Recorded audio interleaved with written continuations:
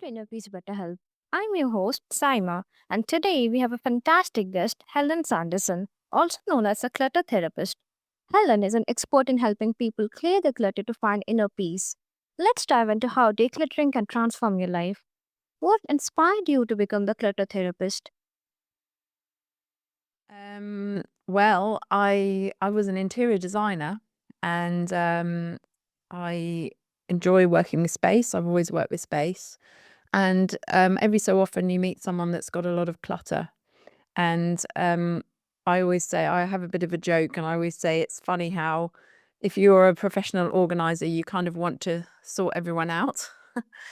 So yeah, I did it with some friends and found that I was really good at it and I enjoyed doing it. And actually, what I found was when you work with people's clutter, you're working much more with the person rather than just the space and the interiors. So and that interests me very much.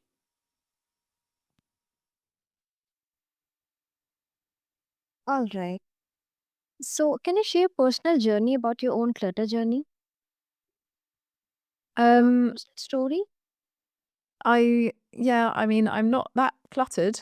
I mean, um, I was lucky because I am a creative person, and actually quite a lot of creative people do have clutter. But I was quite lucky that my mum was quite organized, and I think she was a good model for me. So she taught me what I needed to learn around keeping things organized. So, but generally, people that have clutter are very creative, sometimes ADHD, and sometimes people that have suffered from trauma and difficult things in their life. So, I feel that clutter tells a little bit of a story of our lives, and that's what's very fascinating about it. That's amazing, Helen. How did Mm. the experience shape your approach to helping others? Sorry, can you say that again? I didn't quite Yeah, catch it. sure. Yeah. How did that experience shape your approach to helping others? How did my experience? Yeah. Yeah. Um, I think over the years, while I was working with people decluttering, um, people would start telling me their life stories.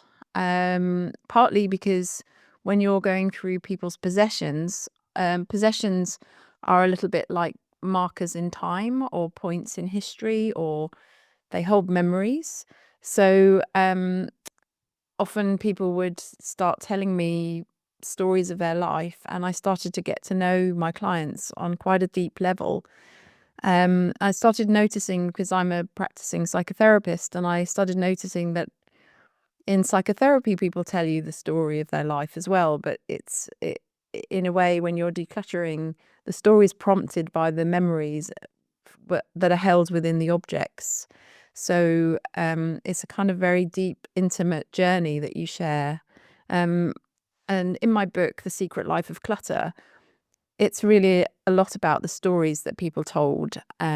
So one particular story was about somebody who'd lost their child, and after such a terrible bereavement, their kind of life was a little bit frozen in time, and the decluttering process was a little bit like defrosing or defrosting their life, and the healing was telling the story of what had happened and the sharing that we had. And they were able to then go and sell the house, move on, and move to another country, and it was a really fantastic story. But actually, when I met them, they were very much in freeze. If you think about, they talk about reactions to fear and trauma are fight, flight, or freeze. Quite often, people with clutter are in a bit of a freeze state.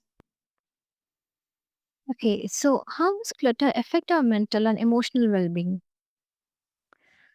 Um, well, I believe that what happens when you've got a cluttered home is that part of your psyche is often telling you that you need to declutter or you need to sort it out. So it's a little bit like living with a nag in your head, or a nag that sits on your shoulder and is kind of criticizing you constantly and telling you, oh, you need to declutter, you need to sort your life out, you need to sort your space out. So while that's happening, it's almost like you're distracted, or you've got this like a constant drain on your mental energy, because you've got this constant tape playing, if you like, of saying, come on, sort out your space, sort out your space. So that drains your energy for a start, knowing that you've got things to do. I also talk about the visual noise. When you're looking around and you're seeing lots of chaos and lots of mess, it's very overstimulating. So rather than looking at a calm environment, you're looking at a chaotic environment, which then affects your mental and physical well-being. I think that your home is really like, you charge your phone every day, and you come home after work and you charge your spiritual, physical self in your home. And if your home's cluttered and disorganized, you can't recharge very well. So it's more of a drain rather than a support.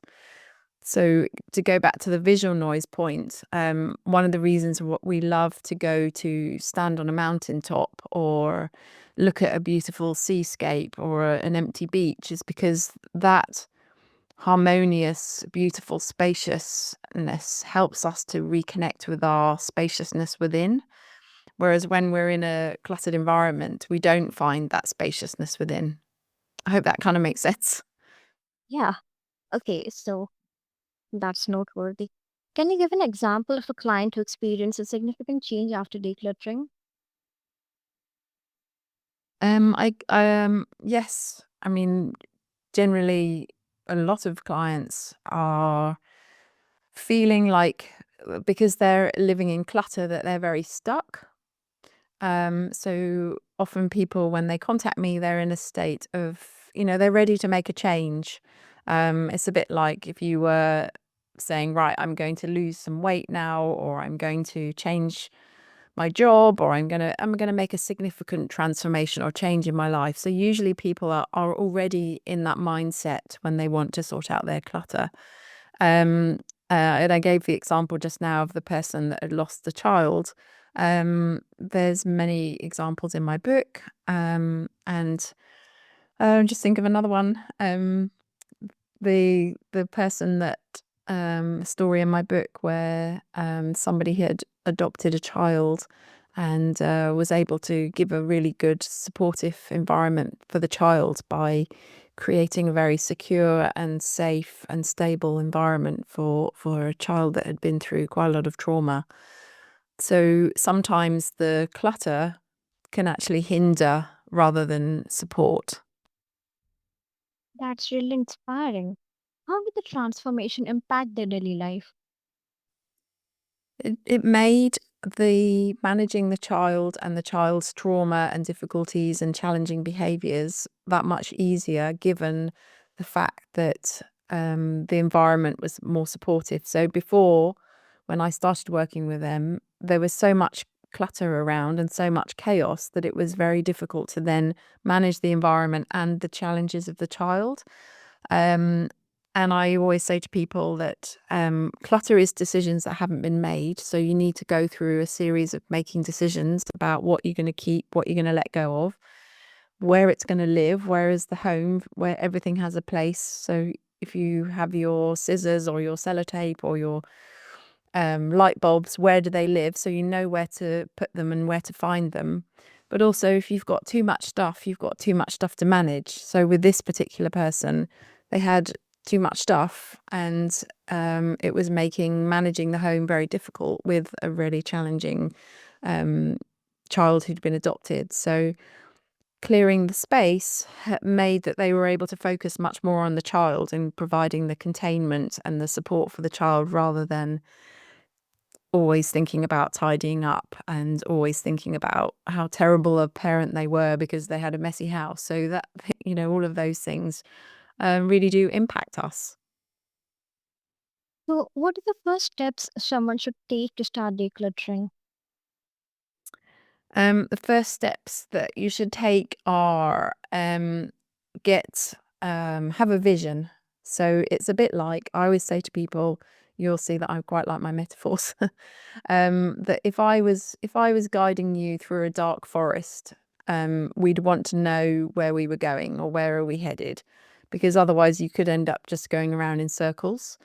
So, and that's quite classic when people are decluttering, they might do what we call the washing machine effect, which is pick something up, move it over there, put it down, pick something up. So what you want to do is start by having a clear vision, like what do you want? And that might be creating a Pinterest board of the environment that you want to live, or a vision board or something with cutouts from magazines. But having a clear and specific goal, and then you need to set some time aside. And I always recommend a big chunk of time. I'm not necessarily an advocate for do 5 minutes a day. I think it's a good idea to take a couple of days off work and really do a blitz and a purge. And then start with a process, have a clear process. And if you're with someone with ADHD or struggle to finish and complete things, get yourself a body double, which is somebody who's going to stay there with you and be accountable, as you would do if you were getting a personal trainer. We always do much more, and we're much more productive and effective when we've got somebody there making us accountable. If you need a process, then I've got my Getting Clear method, which is in my home declutter kit. And then, that will give you the decisions that you need to make in order to process the all of the items and the possessions that you've got.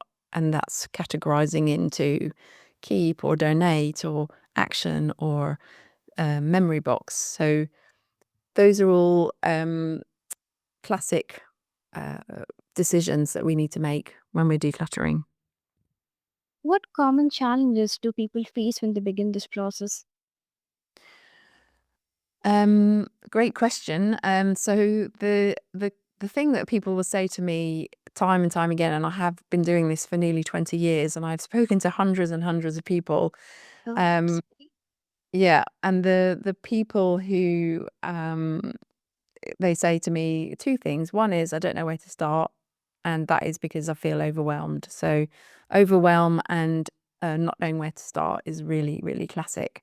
And that's often because we feel emotional. We feel emotional about it because, I talked about at the beginning the critic that's telling you, you've got to do this, you've got to do this, you're not very good at keeping da da da. So that then makes us feel a bit low in our self-esteem, but also, you know, people have histories and memories, and maybe this is the home that you lived with your partner who's died, or your partner who's left, or you've got things in there that remind you of your mum, and your mum's no longer here. So that's when we have faced with a lot of emotional situations.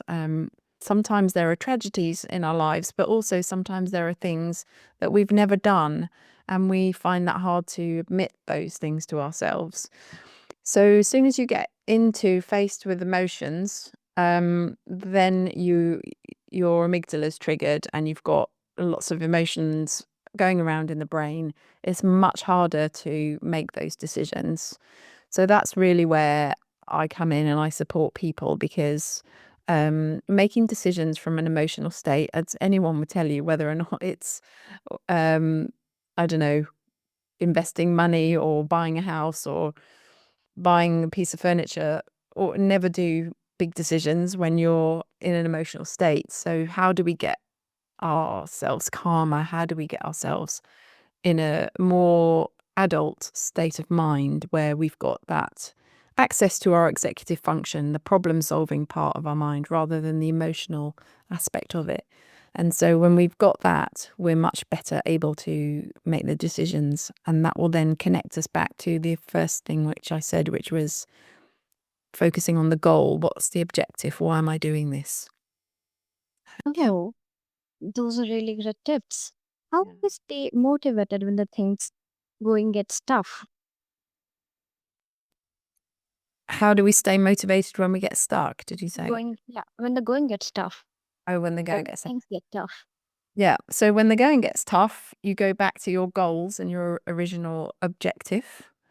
Um, as with any sort of big project that you take on, whether or not that's doing a master's, PhD, buying a house, doing a refurb, doing a weight loss program, exercise program, setting up a business, is always going to be those challenges, aren't there? And so at those times, it's going to be the same when you're decluttering. It's going to be lean into your support. Make sure you have support. Get good support that's encouraging and compassionate. Stay focused. Keep going back to your original vision and your purpose while you're doing this. Take care of yourself. I always say to people when they work with me, because I run a few programs, you know, right, you've done 3 hours decluttering. Now you need to have a treat. Have a treat.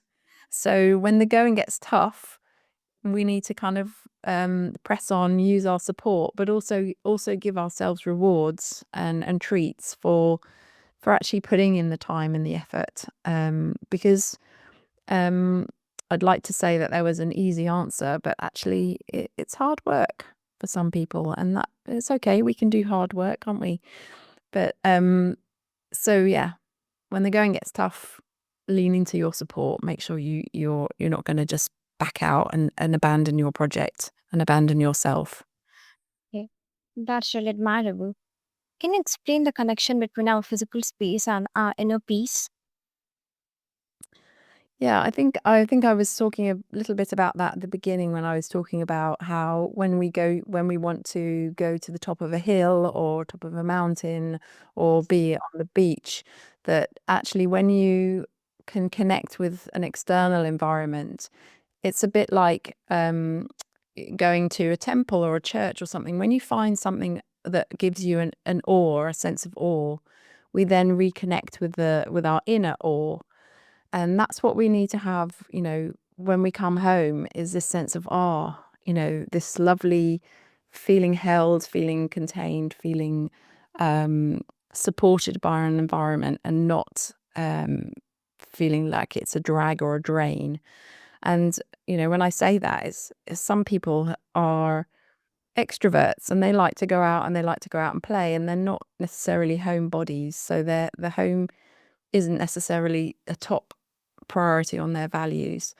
Um, but for everyone, I think we can find our own way and our own meaning in what that means to have an environment that is supportive and nourishing of our soul, if you like. How can someone create a more peaceful environment at home? Creating a more peaceful environment is, At home. yeah, at home is really about finding a way of having little pockets where you can find inner peace. Um, I'm gonna say you need to it's probably decluttering, really, having less stuff, and the less stuff you have, the less stuff you have to manage. Having good systems where you can manage things more easily. So, if you're sharing a space and the person that you're sharing a space with is relatively messy or they won't let go of their stuff, is there a little corner that you can create in the home that is your environment, where it's peaceful, where it's got peaceful colors, where it's got peaceful metaphors and images and things like that? Okay, so that's fascinating. How do you discover this connection in your own life? How do I create that connection in my own life? Yeah. Um, I have a room that I keep very calm and peaceful. It's got a theme, and the theme is I like Japanese design because I find that very calming and relaxing. So that's the theme in that room. And sometimes when I'm really, really busy, it might get a little bit messy, but I spend my weekend or my time reorganizing it, and it's the reorganization is a bit like putting the nuts and bolts in my brain back together again.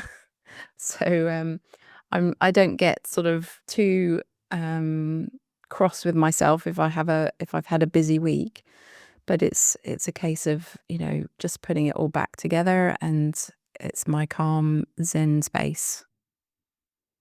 How do you help clients overcome the emotional attachments to their belongings? The first thing that I would do is help them to understand what the emotional attachment is and why they've got that emotional attachment. So we would do a little bit of um, a review on the history. So what's the history of their relationship with their home? What's their history of their relationship with their family? What was their family like in the home environment? Have they kind of repeated? Are they repeating their home environment, or have they rebelled against it? Are they doing something completely different? So we would kind of dive deep really into a little bit of the psychology of the home and their stuff, and understanding is really important. I don't think it's appropriate to just go in and start telling people to throw things away without really understanding why somebody got this emotional attachment. What's the history? What's the story that's been lived in this house? I really feel that houses have walls and those walls have memories. And so, um, working through the attachment, also helping people to understand that sometimes the attachment to the object is really a child part, and helping them understand that sometimes objects don't want to be possessed. They maybe they want to be um, moved on. So just a little example, I had a client who had some old cameras and they were sort of sitting in a cupboard getting dusty, and they had an attachment to them, like you say, and they wanted to keep hold of the cameras because they were reminders of their dad. And then we did a little bit of work, some emotional processing and dialoguing with it, and the cameras said that they wanted to be used. So sometimes, I'm of a belief that in quantum physics terms that all objects have an energetic force, and I too agree with that. yeah, yeah, and so they don't necessarily want to be kind of imprisoned in your cupboard. So yeah, there's a lot of possessiveness about possessions, and helping people understand that, and working through with a little bit of a psychological dialoguing process that I have helps them to then see, actually, maybe I can let this go and liberate this camera into and let it have another life. So yeah, it's quite fun, but it's powerful. Can you share a success story where someone let go of a significant item?